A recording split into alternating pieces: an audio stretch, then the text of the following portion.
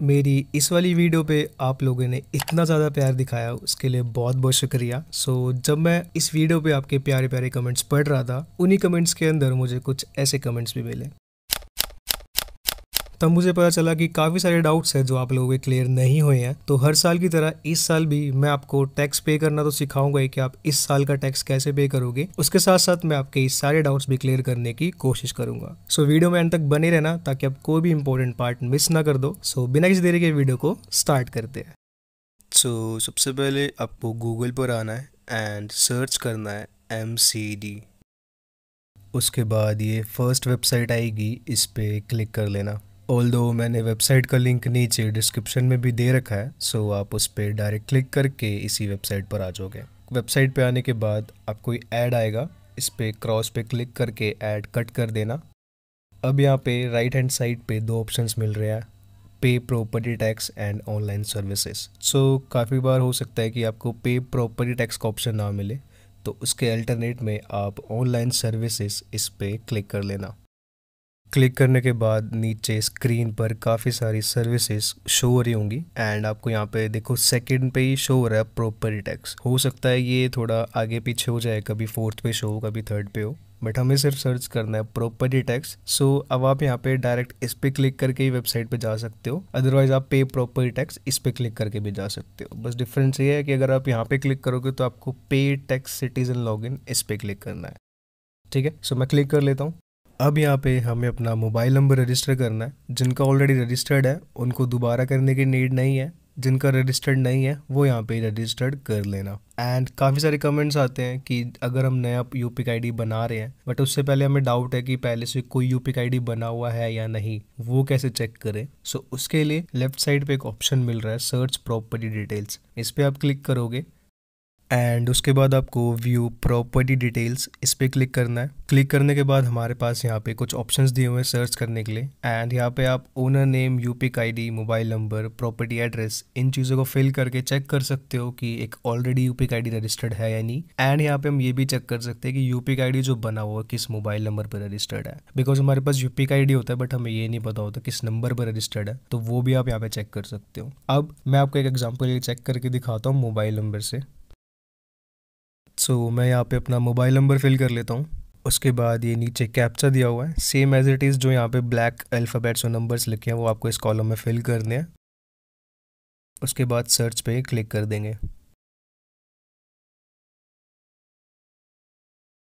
यहाँ पे हमें देखो शो हो रहा है कि इस नंबर पे कितनी यूपीक आईडी रजिस्टर्ड है। सभी यूपीक आईडी के आगे नाम लिखा हुआ है एंड एड्रेस लिखा है एंड यहीं पे आप थोड़ा सा स्लाइड करोगे राइट साइड, तब आपको और डिटेल्स में मिल जाएगी कि प्रॉपर्टी का कैटेगरी क्या है, वो कमर्शियल है, रेजिडेंटल है, तो सब कुछ मिल जाएगा। एंड यहाँ पे देखो लास्ट में आपको एक चीज़ और मिल रही है कि टैक्स पेड है फॉर करंट ईयर या नहीं, तो यहाँ पे देखो ये भी शो हो रहा है बट ये सिर्फ इसी यूपीक आईडी से है, क्योंकि पहले क्या हो रहा था, हो सकता है कि मल्टीपल यूपीक आईडीज बन चुकी है कि प्रॉपर्टी से, तो इसी चीज़ के लिए अब एक इंक्रीमेंट हुआ है। इसमें क्या करा है वेबसाइट ने, वो आपको आगे पता चलेगा। जब हम कोई भी एड्रेस फिल करेंगे तो वहाँ पे शो कर देगा कि इस एड्रेस पे यूपीक आईडी ऑलरेडी एक बना हुआ ही है, तो इससे मल्टीपल यूपीक आईडी बनने का जो इशू था वो रिजॉल्व हो जाएगा।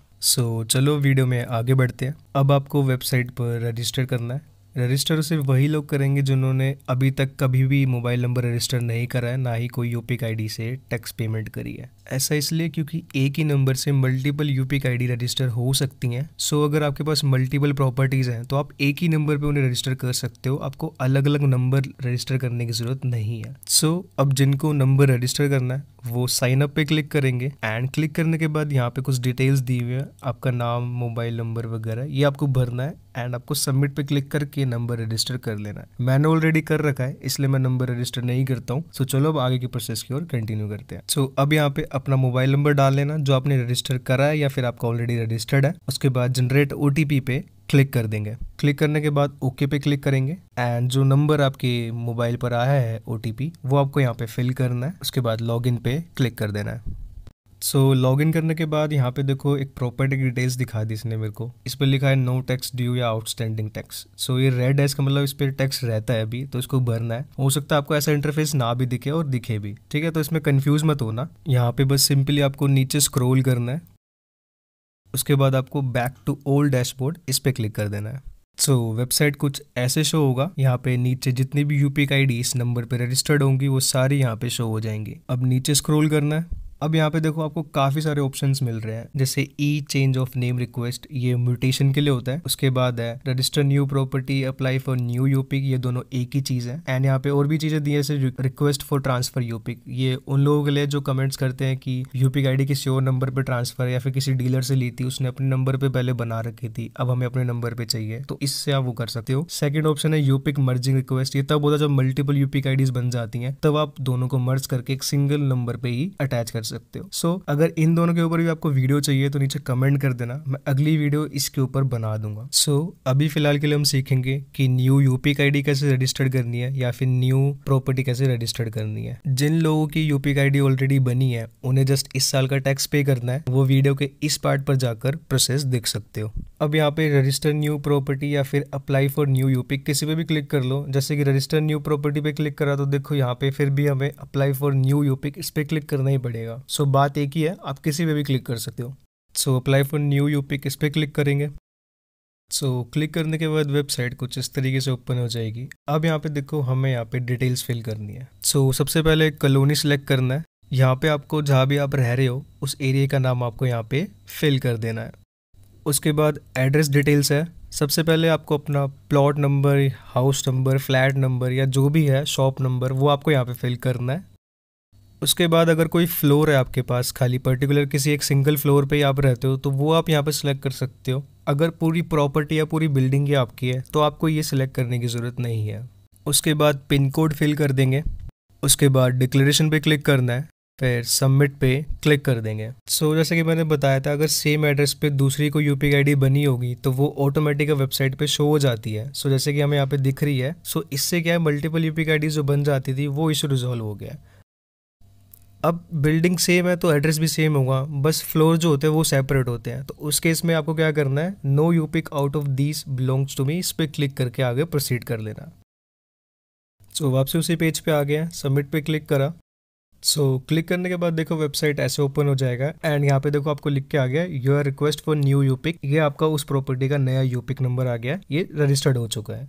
वो ये यूपिक आपको देखो यहाँ पे नीचे भी शो होने लग जाएगा आपके यूपिक एंट्रीज में। अब यहाँ पे देखो प्रॉपर्टी टाइप, ओनर नेम, ये चीजें नहीं है क्योंकि ये चीजें हमें अब आगे फिल करनी है। हमारा नेक्स्ट स्टेप यही है डिटेलिंग का, कि हमें प्रॉपर्टी की डिटेल्स फिल करनी है एंड टैक्स कैलकुलेट करना है। उसके लिए एक्शंस पे क्लिक करना है आपको। उसके बाद यहाँ पे एडिट प्रॉपर्टी ओनर डिटेल्स, इस पे क्लिक करेंगे। क्लिक करने के बाद वेबसाइट का इंटरफेस कुछ इस तरीके से ओपन हो जाएगा। अब यहाँ पे नीचे स्क्रॉल करना है।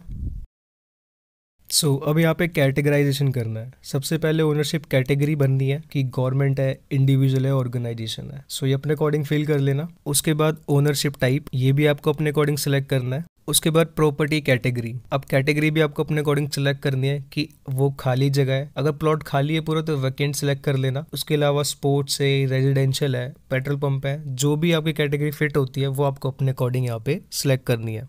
उसके बाद राइट में एक ऑप्शन आ रहा है, is your property among DDA, CGHS, Janata builder flat और बिल्डर फ्लोर। इसमें आपको कुछ भी ऐसे नो करने की नीड नहीं है। अगर इन किसी कैटेगरीज में से हो तो येस कर लेना, अदरवाइज नो पे सिलेक्ट रहने दो, कोई इशू नहीं होता।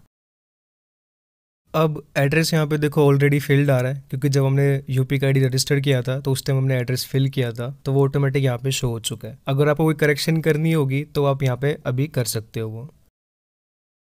उसके बाद यहाँ पे नेक्स्ट है vacant land tax factor details. सबसे पहले पूछा है total land area in square meter. यहाँ पे आपको स्क्वायर मीटर में जितना भी आपका लैंड एरिया है वो आपको यहाँ पे फिल करना है। उसके बाद नेक्स्ट पूछा है ग्राउंड कवर्ड। अब इसमें काफी लोगों को कंफ्यूजन होता है ग्राउंड कवर्ड का क्या मतलब हो गया। इसका मतलब ये होता है कि जैसे मान लो आपने फ्लोर्स बनाए हैं, तो हम लोग क्या करते हैं, अगर सपोज नीचे 250 स्क्वायर मीटर का एरिया है तो ऊपर जब फ्लोर बनाएंगे तो हम थोड़ी बालकनी ज्यादा निकाल लेते हैं, तो वो ऑटोमेटिक 250 से बढ़ के 260 या 265 ऐसे हो जाता है।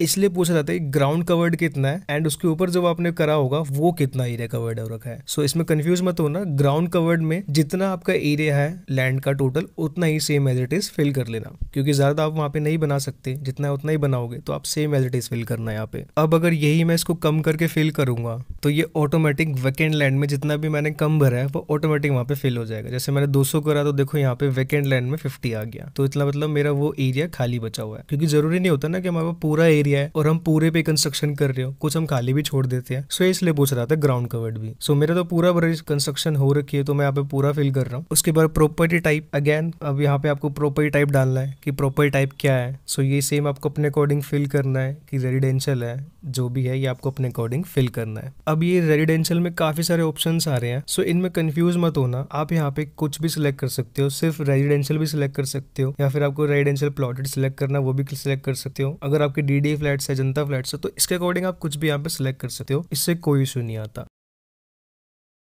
अब हमें कंस्ट्रक्शन डिटेल्स फिल करनी है। सबसे पहले फ्लोर फिल करना है। अब यहाँ पे आपको बताना है कि फ्लोर, पहला जो फ्लोर है वो कौन सा है। सो बेसमेंट है तो बेस 1 डालना, पार्किंग है खाली तो स्टिल्ट पार्किंग फिल करना। सो ये आपको अपने अकॉर्डिंग फिल कर लेना है। उसके बाद कवर्ड एरिया, जितना आपने कवर कर रखा है उस फ्लोर पे वो फिल कर देना। नेक्स्ट है age factor. So age factor भी आपको अपने अकॉर्डिंग सिलेक्ट करना है कि कंस्ट्रक्शन कितनी पुरानी है। सो यहाँ पे 10-10 साल का गैप होता है स्लैब में, जो भी नीचे ऑप्शंस दिए हुए हैं। सो ये आपको अपने अकॉर्डिंग सिलेक्ट करनी है। जितना ज्यादा पुराना होगा उतना ही ज्यादा टैक्स आएगा, ध्यान रखना। सो ये आपको अपने अकॉर्डिंग सिलेक्ट करना है। सो मेरी कंस्ट्रक्शन न्यू है तो मैं यहाँ पे 2020 से लेकर 2029 ये वाला सिलेक्ट कर लूंगा। सो ऐसे ही आपको अपने अकॉर्डिंग सिलेक्ट करना है। उसके बाद प्रॉपर्टी कैटेगरी फिल करनी है। सो कैटेगरी अगेन कि वहाँ पे यूज क्या हो रहा है। सो रेजिडेंशियल है तो रेजिडेंशियल, या उसके अलावा कुछ यूज है तो वो अपने अकॉर्डिंग आपको यहाँ पे सिलेक्ट करना है। नेक्स्ट है प्रॉपर्टी टाइप। अब इसके अंदर भी आपको अपने अकॉर्डिंग सिलेक्ट करना है। यहाँ पे आप बिल्डर फ्लैट फ्लोर डाल सकते हो या फिर रेजिडेंशियल प्लॉटेड, कुछ भी डाल सकते हो, इससे कुछ फर्क नहीं पड़ता। अगर आप यहाँ पे रेजिडेंशियल प्लॉटेड भी डालोगे या फिर बिल्डर फ्लैट फ्लोर भी डालोगे उससे भी कोई इश्यू नहीं है, दोनों एक ही बात होती है। यूज फैक्टर में आपको सिलेक्ट करना है कि वहाँ पे यूज क्या हो रहा है उस जगह का, रेजिडेंशियल है या फिर खाली जगह है बट यूज हो रही है, खाली जगह बट यूज नहीं हो रही है, तो ये आपको अपने अकॉर्डिंग सिलेक्ट करना है। उसके बाद पूछा है स्ट्रक्चर फैक्टर। स्ट्रक्चर फैक्टर का मतलब होता है कि कंस्ट्रक्शन कैसी बनी है, कच्चा है, पक्का है या सेमी पक्का है। सो ये आपको अपने अकॉर्डिंग सिलेक्ट करनी है। ऑक्यूपेंसी फैक्टर, यहाँ पे आपको डिटेल्स डालनी है कि ऑक्यूपेंसी फैक्टर में आप क्या भर सकते हो कि रेजिडेंशियल है, सेल्फ ऑक्यूपाइड है या रेंटेड है। सो ये हमारा जो है रेजिडेंशियल एंड सेल्फ ऑक्यूपाइड है, तो मैंने यहाँ पे ये फिल कर दिया। एंड ये अगर कोई कमर्शियल के लिए भरते तो आप करते नॉन रेजिडेंशियल और सेल्फ ऑक्यूपाइड या टेनेंट मतलब किराएदार होता है, तो ये आप अपने अकॉर्डिंग फिल करते हैं। ठीक है, सो मैं यहाँ पे रेजिडेंशियल सेल्फ ऑक्यूपाइड ये फिल कर रहा हूँ। नेक्स्ट है एग्जम्पशन। सो एग्जम्पशन आपको अपने अकॉर्डिंग सिलेक्ट करने, यहाँ पे बहुत सारी चीजें होती हैं, जैसे कोई फाइटर्स वगैरह होते हैं या कोई मतलब यहाँ पे काफी सारी कैटेगरीज फिल करी हुई हैं। सो इसके अकॉर्डिंग आप एग्जम्पशन ले सकते हो। एंड अगर आप इन किसी भी कैटेगरी में फिट नहीं होते हो तो आपको सिंपली नो एग्जम्पशन पे क्लिक कर देना है। अब यहाँ पे हमारी एक फ्लोर की डिटेल्स फिल हो चुकी हैं। अब जिनके पास मल्टीपल फ्लोर्स हैं वो क्या करेंगे, वो सिंपली यहाँ पे ऐड पे क्लिक करेंगे। क्लिक करने के बाद देखो वही सारी चीजें सेम आ चुकी है जो हमने पहले भी फिल करी थी कि फ्लोर कौन सा है, कवर्ड एरिया कितना है, एज फैक्टर क्या है, वही सारी चीजें आपको दोबारा से फिल करनी है सेम एज इट इज उस फ्लोर के अकॉर्डिंग। एंड ऐसे ही आपको मल्टीपल फ्लोर्स ऐड करने के लिए सिंपली ऐड पे क्लिक करते रहना है। सो मैं एक काम करता हूँ, इसको एक बार फटाफट से फास्ट फॉरवर्ड करके फिल करके आपको दिखा देता हूँ। अब यहाँ पे देखो एक एग्जाम्पल के लिए बता रहा हूँ। अब यहाँ पे सपोज मेरा फर्स्ट फ्लोर होता और मैं यहाँ पे कवर्ड एरिया फिल करता 260 स्क्वायर मीटर, क्योंकि मैंने बालकनी एक्स्ट्रा निकाल रखी है। अब आपको आई होप समझ आओगे कि ग्राउंड कवर्ड में और कवर्ड एरिया में क्या फर्क है। कि ग्राउंड कवर्ड जो होता है प्रॉपर आपका नीचे जितना भी आप यूज कर रहे हो वो फिल करोगे, एंड जब फ्लोर्स बनते हैं फर्स्ट सेकंड थर्ड तो उनमें आप सेम नहीं फिल कर सकते, क्योंकि कोई भी सेम नहीं बनाता, ज्यादातर लोगों की बालकनी एक्स्ट्रा निकली होती है। सो जितना आपने एक्स्ट्रा करा हुआ है आपको उतना आपको यहाँ पे फिल करना है। अगर आपने एक्स्ट्रा नहीं निकाला है तो आप जितना है उतना फिल करो। कहने का मतलब ये है जितना आप यूज कर रहे हो उतना आपको यहाँ पे एरिया सिलेक्ट करना है। ऐसे ही आप भी अपने सारी डिटेल्स फिल कर लेना। अब यहाँ पे सेल डीड या प्रॉपर्टी की फोटो अगर आप अपलोड करना चाहो तो कर सकते हो, बट मैंडेटरी नहीं है। सिंपली आप यहाँ पे सेव एंड नेक्स्ट इस पे भी क्लिक कर सकते हो। क्लिक कर लेते हैं। उसके बाद ओके पे क्लिक करेंगे। अब ओके पे क्लिक करने के बाद यहाँ पे हमें ओनर्स की डिटेल डालनी है। जो भी प्रॉपर्टी का ओनर है उसका आप यहाँ पे नाम फिल करोगे, जेंडर फिल करोगे, डेट ऑफ बर्थ फिल करोगे। उसके बाद यहाँ पे मोबाइल नंबर फिल करना, उनका ईमेल आईडी फिल करनी है। फटाफट से मैं फिल कर लेता हूँ सारी चीजें। अब यहाँ पे देखो एक ओनर रिबेट का ऑप्शन है। सो ओनर रिबेट में क्या है, जो लेडीज है, वुमेन है, उनको या जो सीनियर सिटीजन है उनको रिबेट मिल जाता है, या कोई फिजिकली चैलेंज है या फिर कोई एक्स सर्विसमैन है। सो इस कैटेगरी में जो भी कोई आता है उनको ऑनलाइन रिबेट मिल जाती है। तो वो आप अपने अकॉर्डिंग, अगर आप एलिजिबल हो तो आप सिलेक्ट कर सकते हो। सो नीचे यहाँ पे अब ओनर का कोरस्पोंडेंस एड्रेस फिल करना है। जिस प्रॉपर्टी के लिए आप टैक्स पे कर रहे हो, अगर वही आपका सेम रेजिडेंशियल एड्रेस भी है, अगर आप उसी पे रहते हो, तो सिंपली यहाँ पे एक येस का ऑप्शन है, इस पे क्लिक करके येस कर देना, तो ऑटोमेटिक वही एड्रेस फिल हो जाएगा। एंड अगर एड्रेस डिफरेंट है, क्योंकि देखो एक ओनर के पास मल्टीपल प्रॉपर्टीज हो सकती है, बट वो सब पे नहीं रह सकता, वो रहेगा एक ही पे, तो जिसपे वो रहते हैं वो आप एड्रेस यहाँ पे फिल कर देना। ये होने के बाद आपको सिंपली सेव पे क्लिक कर देना है। देखो जब सेव पे क्लिक करा, यहाँ पे डिटेल्स आ गई। यही अगर जॉइंट ओनर होते तो आपको दोबारा से सेम यही डिटेल्स फिल करने के लिए फॉर्म ओपन हो जाता। ज़्यादा कंफ्यूज मत होना, सेम ऐसा ही प्रोसेस रहेगा। अब नीचे स्क्रॉल करते हैं, उसके बाद डिक्लेरेशन पे क्लिक करेंगे, फिर फाइनल सबमिट इस पे क्लिक कर देंगे। अब यहाँ पे नेक्स्ट पे क्लिक करना है। नेक्स्ट पे क्लिक करने के बाद अब यहाँ से प्रोसेस दोनों लोगों के लिए सेम होने वाला है, जो इस साल टैक्स फिल करने आया उनके लिए भी, एंड जो पहली बार फिल कर रहे हैं उनके लिए भी। बस फर्क इतना है, जो हर साल पे करते आ रहे हैं, जिनका ऑलरेडी यूपिक बना है, उनको वेबसाइट पर जब वो लॉग इन करेंगे तो एक्शंस पे क्लिक करके पे टैक्स पे क्लिक करना है, दैट्स इट। उसके बाद सेम प्रोसेस ऐसा ही होने वाला है। आप यहाँ पे फाइनेंशियल ईयर जब सिलेक्ट करोगे तो आप यहाँ पे पिछले साल का भी टैक्स पे कर सकते हो जो आपके पेंडिंग है, ड्यूज है। मैक्स टू मैक्स आप 2004 से 2005 तक के टैक्स पे कर सकते हो। मेरे को तो लेटेस्ट ईयर का फिल करना है, तो मैं वही सिलेक्ट कर लूंगा, उसके बाद सबमिट पे क्लिक कर देंगे। अब हम यहाँ पे करेंगे टैक्स कैलकुलेशन। बहुत से लोगों को कन्फ्यूजन होती है कि ये पे यूज़र चार्जेस क्या हैं। ये जो था, ये पहले जो कूड़े की गाड़ी वगैरह आती थी, ये उन चीज़ों के लिए चार्जेस होता था, गार्बेज के लिए। ये पे करना हर किसी को मैंडेटरी नहीं है। आप सिंपली पे प्रॉपर्टी टैक्स पे क्लिक करो, उसके बाद जो भी आपने डिटेल्स फिल करी है, आपने जितना भी एरिया प्रॉपर्टी टाइप्स फिल करा है, उसके अकॉर्डिंग जो भी आपका टोटल टैक्स बनेगा वो कैलकुलेट होकर यहाँ पे आ जाएगा। हमारा जो बना है 7643, इतना हमें पे करना है। एंड अगर आपको लगता है कि टैक्स ज़्यादा आ गया है, आपने कोई चीज़ें ऊपर नीचे फिल कर दी है, तो आप simply edit property owner details पे क्लिक करके करेक्शन कर सकते हो। हमें कोई करेक्शन नहीं करनी, तो मैं सिंपली पे टैक्स पे क्लिक कर लूंगा। क्लिक करने के बाद यहाँ से वेबसाइट कुछ इस तरीके से ओपन हो जाएगा। अब यहाँ पे आप कोई भी गेटवे सेलेक्ट कर सकते हो। यहाँ पे बैंक के नाम लिखे हुए हैं, इसका ये मतलब नहीं है कि आपको इसी बैंक के कार्ड या नेट बैंकिंग से पेमेंट करनी होगी। आप अपना खुद का कोई भी बैंक यूज़ कर सकते हो, ये जस्ट सिर्फ गेटवेज हो। मैं यहाँ पे रिकमेंड करूँगा आप HDFC या पेटीएम का यूज़ कर लेना, क्योंकि इसमें पेमेंट फेल होने के चांसेस भी कम होते हैं, एंड आप इजिली UPI QR से पेमेंट कर पाओगे। मैं यहाँ पे पे करके इसलिए दिखा सकता है क्योंकि मैं डेमो वीडियो बना रहा हूँ, तो मैं पे नहीं करूँगा। बाकी मेरी इन वाली वीडियोज़ पे आप क्लिक करके देख सकते हो, मैंने इनके अंदर प्रॉपर पेमेंट करके भी दिखाई हुई है। बाकी ईजी प्रोसेस होता है, आप खुद भी कर सकते हो। जब आप पेमेंट कर लोगे, वेबसाइट का इंटरफेस ऑटोमेटिक इस पेज पे आ जाएगा। अब आपको सिंपली क्या करना होगा, आपको एक्शंस पे क्लिक करना होगा। क्लिक करने के बाद जैसे देखो मैंने बताया था, जो लोग इस साल टैक्स पे कर रहे हैं, जिनका ऑलरेडी यूपिक रजिस्टर्ड है, वो पे टैक्स पे क्लिक करेंगे, ठीक है। उसके बाद यहाँ पे ईयर सिलेक्ट करना है, जैसे वहाँ पे करा था, सबमिट पे क्लिक करा। एंड यहाँ पे देखो पूछा है कि कुछ एडिट करना है, तो रेड वाले पे क्लिक करो। एडिट कुछ भी नहीं करना है, same as it is fill करना है, तो ग्रीन वाले पे क्लिक करो। अपने अकॉर्डिंग कर लेना। एडिटिंग मैंने आपको बताई दी कि डिटेल्स आपको कैसे फिल करनी है, सारा प्रोसेस सेम रहने वाला है, ठीक है। अगर आप कुछ भी एडिट नहीं करना चाहते, ग्रीन पे क्लिक करोगे सिंपली, एंड यहाँ पे देखो वही चीज आ गई, पे प्रॉपर्टी टैक्स या पे यूजर चार्जेस। पे प्रॉपर्टी टैक्स पे क्लिक करना है, एंड उसके बाद नीचे डिक्लेरेशन पे क्लिक करेंगे, एंड उसके बाद सीधा पे टैक्स पे क्लिक कर देंगे। सिंपली ये प्रोसेस होने वाला है। और अगर आपको फी रिसिप्ट निकालना है, जो आपने पेमेंट फिल करी है, उसके लिए आप सिंपली यहाँ पे पेमेंट पासबुक पे क्लिक कर सकते हो। पासबुक पे जब आप क्लिक करोगे तो जितनी भी आपने फी रिसिप्ट पिछली साल की भी भरी होंगी वो भी आ जाएंगी, और इस साल जो भरी है वो भी आ जाएगी। अभी तो मैंने कुछ पे नहीं कर रखा है, इसलिए शो नहीं हो रहा, बट आप मेरी उस वाली वीडियोज में देख लेना, वहाँ पे मैंने सारा कुछ डिटेल में दिखा रखा है। इसी के साथ हमारा वीडियो कंप्लीट हो जाता है, एंड आई होप कि आपको सब कुछ अच्छे से समझ आ गया होगा। स्टिल अगर आपको कोई भी डाउट है तो आप नीचे कमेंट कर देना, मैं वहाँ पे आपका डाउट सॉल्व जरूर कर दूंगा। मिलते अपने से किसी नेक्स्ट वीडियो में, तब तक के लिए thanks for watching guys, love you all.